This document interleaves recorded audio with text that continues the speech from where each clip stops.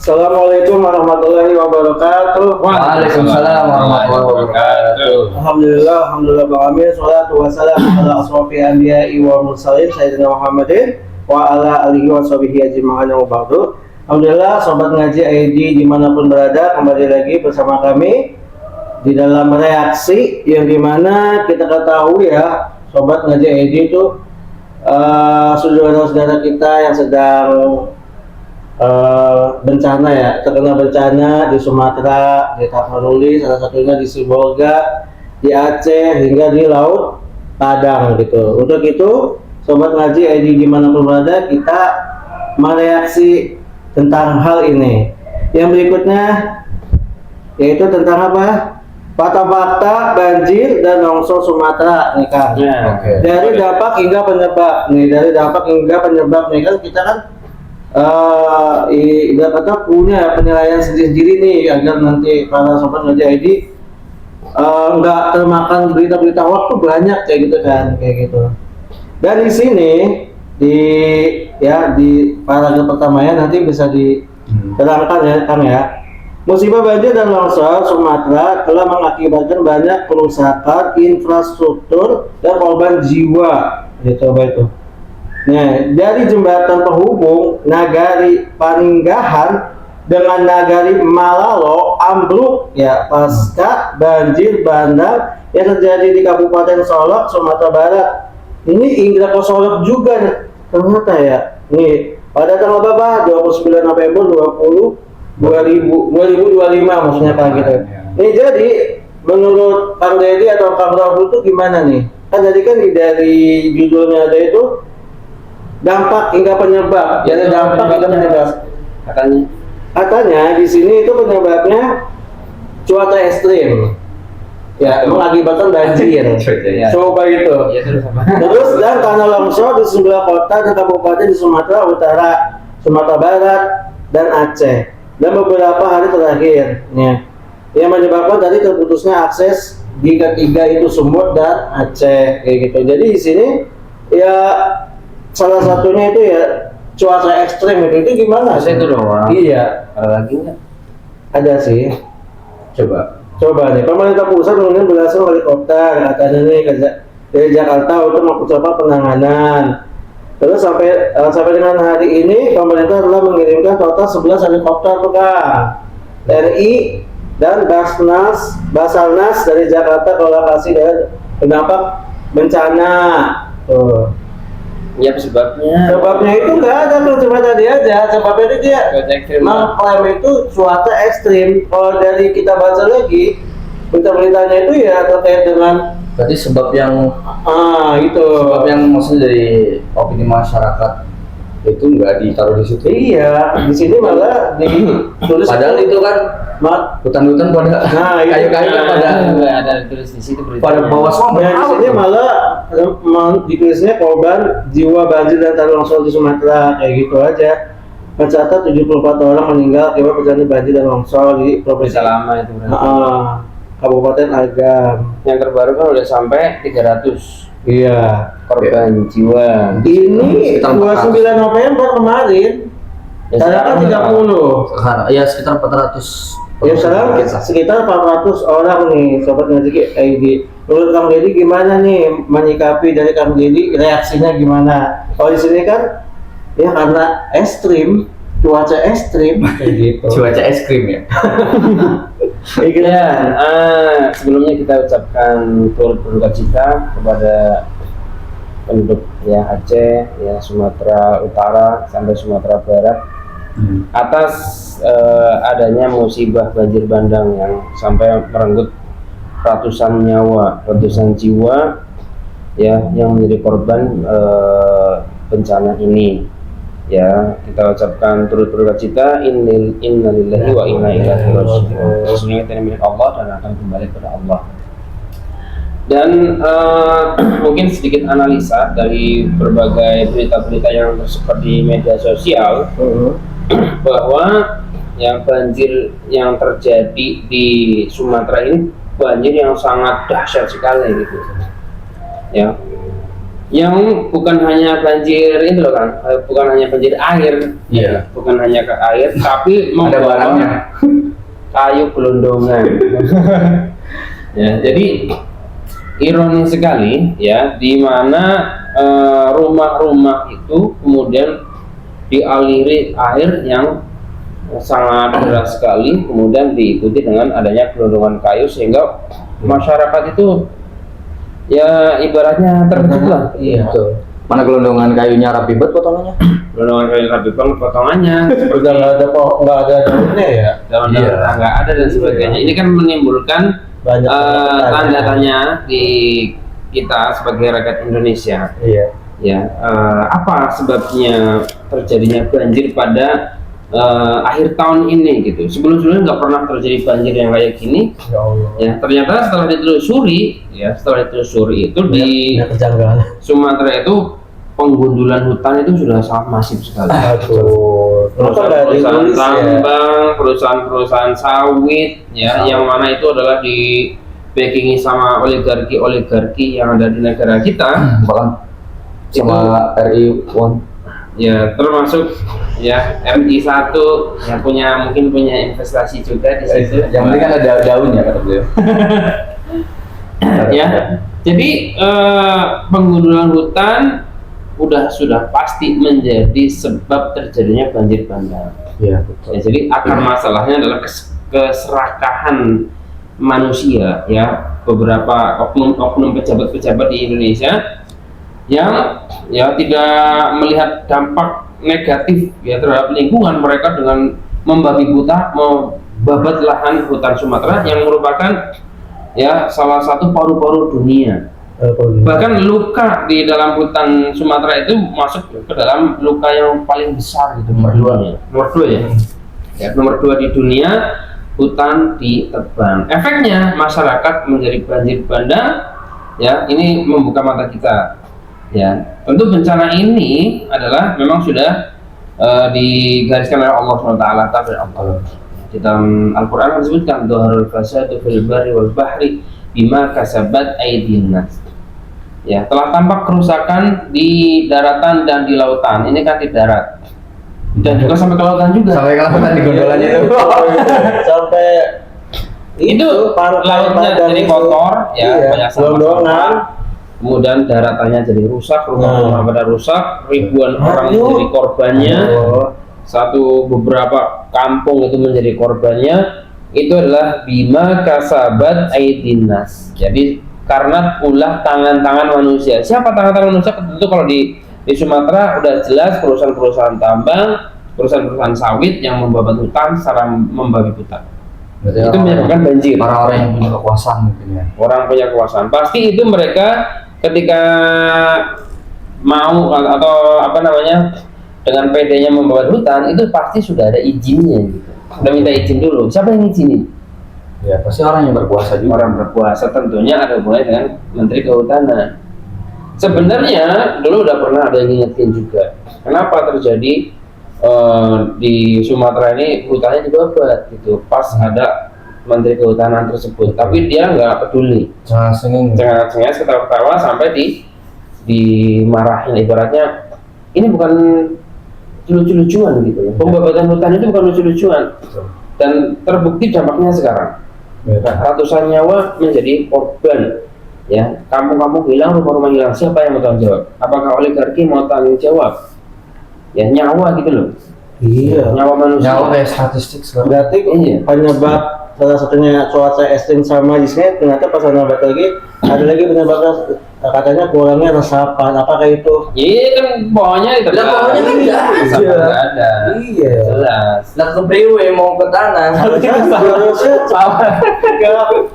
Salahnya manusia. Berarti sampai ulah tangan manusia itu. Manusia yang serakah, rakus. Jadi Ya. korbannya juga masyarakat juga kan ya. Korbannya masyarakat. Ya korbannya masyarakat. Yang mungkin ya kalau bahasa kasarnya ya, yang menikmati dari tebangan hutan itu sedikit, tapi yang dampak negatifnya yang terimpaknya itu sangat banyak masyarakat Indonesia. Betul. Ya. Jadi kenapa Allah menambahkan kerusakan ya di muka bumi ini agar manusia itu merasakan akibat yang mereka lakukan sebenarnya. Jadi ini mungkin rentetannya sangat panjang karena negara kita kan negara demokrasi, menganut sistem demokrasi. Yang mana demokrasi itu ya ketika memilih seorang pejabat tentu rakyat juga milih dong. Betul, aduh. Jadi sebenarnya ada rantai yang nyambung, benang merahnya yang nyambung gitu. Rakyat juga dulu mungkin salah dalam memilih seorang pemimpin, metodenya tidak sesuai dengan aturan Allah SWT. Dikasih 100.000, 50.000 mau, dikasih beras sama minyak mau milih. Ya, ternyata yang dipilih itu adalah pejabat-pejabat yang rakus, ya, yang tidak peduli kepada rakyatnya, sehingga mereka kemudian memakan hutan, memakan gunung, memakan pohon. Saking rakusnya itu nggak kenyang-kenyang tuh, ya pejabat-pejabat itu berkolaborasi dengan para oligarki.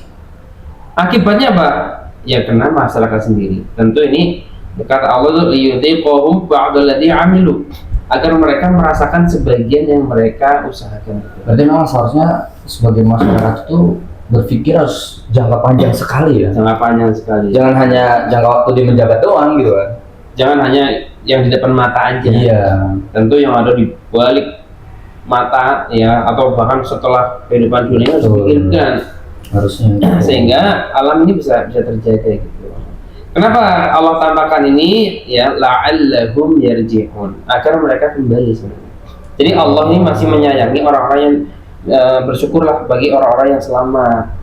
Ya, mereka selamat, tidak menjadi korban jiwa, mungkin hanya korban harta saja yang hilang, tapi mereka ya la'allahum yarji'un, harus mengambil pelajaran nih ya dari kejadian ini. Ya tentu kita sebagai manusia ya diwajibkan untuk membantu meringankan beban mereka. Ya mungkin nanti bisa di share linknya di sini ya, kita punya channel juga ISN, Islam Selamatkan Negeri ya, yang sudah bekerja di sana untuk membantu para korban bencana alam ini. Tapi ya yang menjadi titik krusialnya adalah la'allahum yarji'un, agar mereka yang selamat itu kembali kepada syariat Islam, kepada Allah SWT, ya, kepada hukum-hukum Allah ya, sehingga ya kalau hukum itu diserahkan kepada hukum Allah ya, alam itu akan terjaga gitu. Wah, berarti fakta menarik nih. Berarti harusnya ya dengan musibah ini masyarakat tuh sadar bahwa aturan buatan manusia tuh justru malah merusak ya. Sangat merusak sekali. Harusnya diterapkan dengan aturan Allah ya. Ya, manusia itu tidak memahami diri sendiri. Kita aja nggak paham nih mekanisme badan kita nih.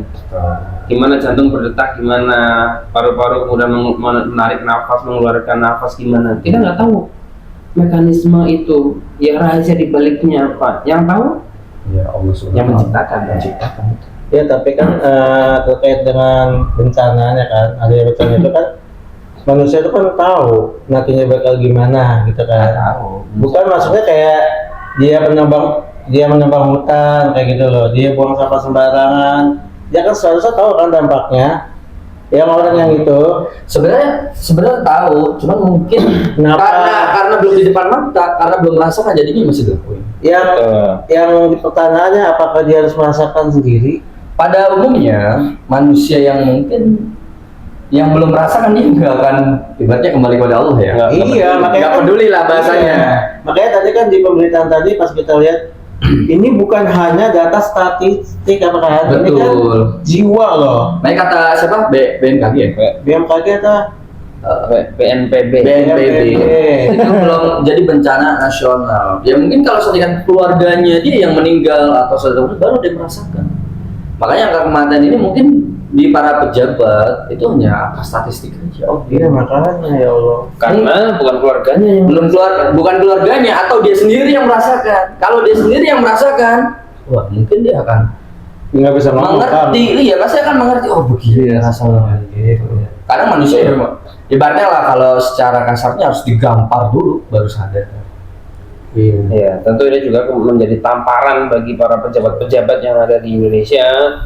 Ya, terutama pemimpin kita, ya kan, pemimpin Indonesia yaitu Bapak Prabowo Subianto. Betul.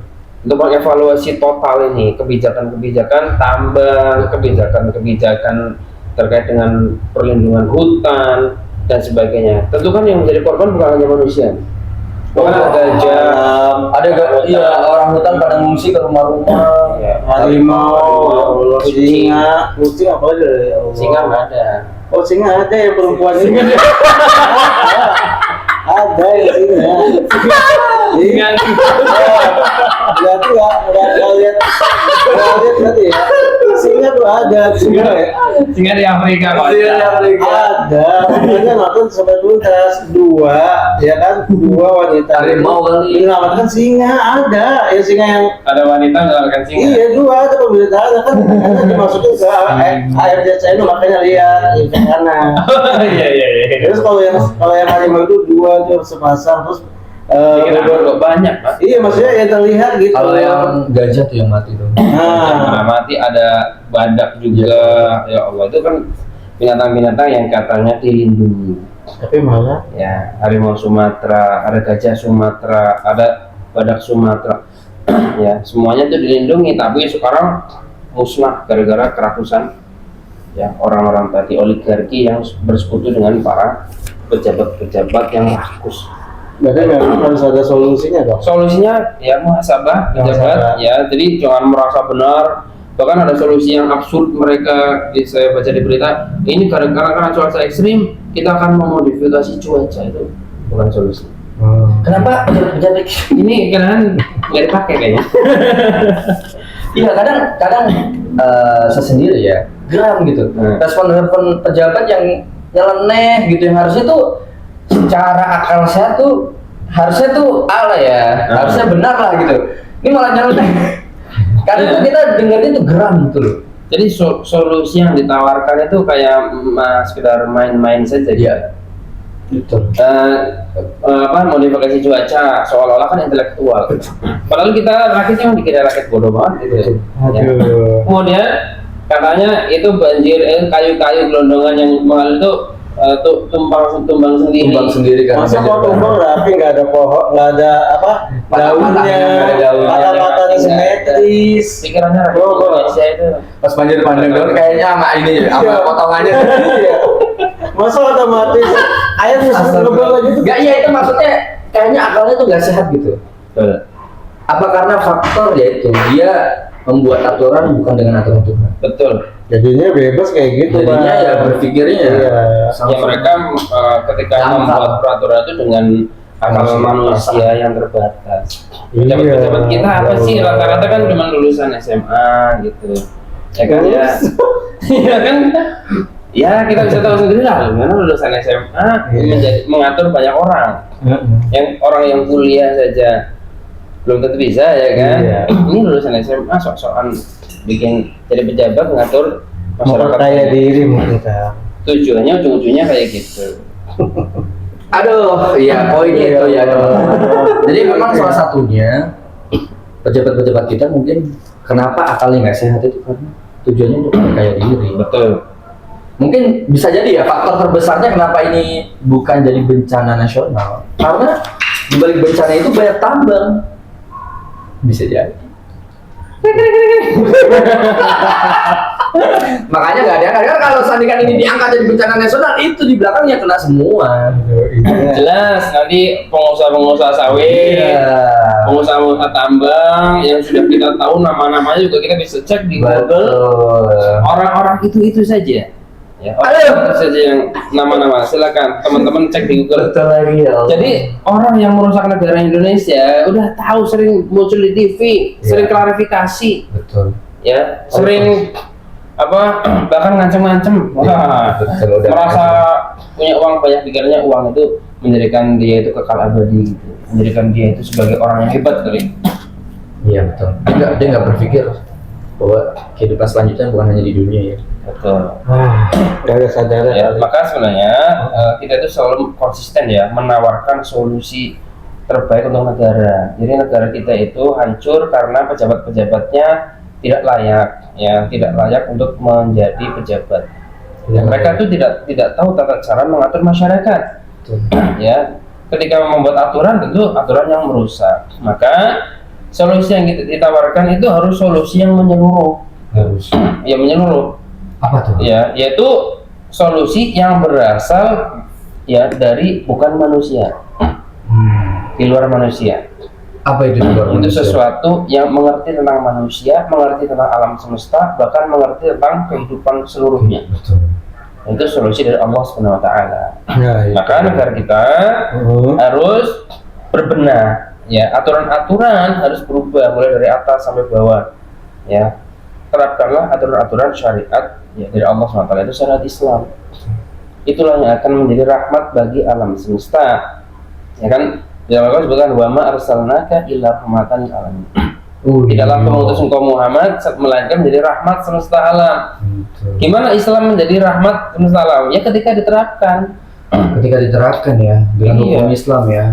Betul, dan ini Allah berkali-kali menjamin dalam Al-Quran. Walau anna ahlul qura amanu wa taqau la fatahna alaihim barakatun minas sama'i wal ardh. Oh iya. Ya, seandainya penduduk suatu negeri itu beriman dan bertakwa semua, maka akan dibawakan keberkahan dari langit dan bumi. Coba. Sekarang mah bukan berkah itu. Tapi sekarang kebalikannya, walakin kadzabu. Tapi mereka manusia mendustakan, menolak.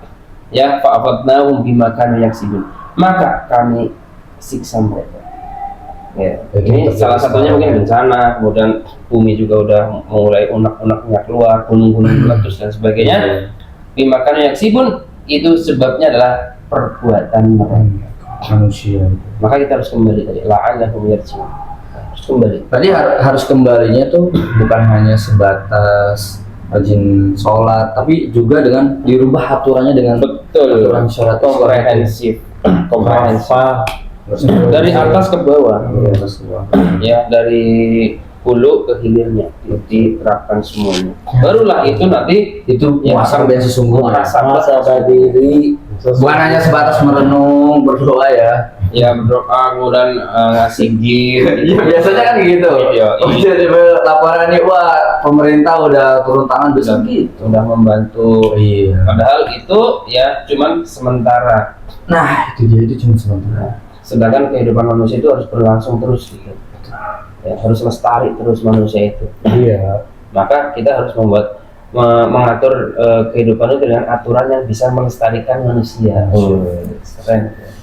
Insya Allah. Insya Allah. Jadi gitu ya, sobat ngaji Edi dimanapun berada. Jadi memang solusinya memang harus solusi Islam ya, yang dimana itu dari Islam itu mengajarkan semuanya gitu di alam, aspek manusia, alam semesta ya. Itu ya dijaga kayak gitu. Baik, tadi adalah paparan dari Kang Dede dan Kang Roib tentang fakta-fakta banjir dan longsor Sumatera dari dampak hingga penyebabnya ya Kang Dede dan Kang Roib. Mungkin itu saja yang dapat kami sampaikan. Wassalamualaikum warahmatullahi wabarakatuh. Waalaikumsalam.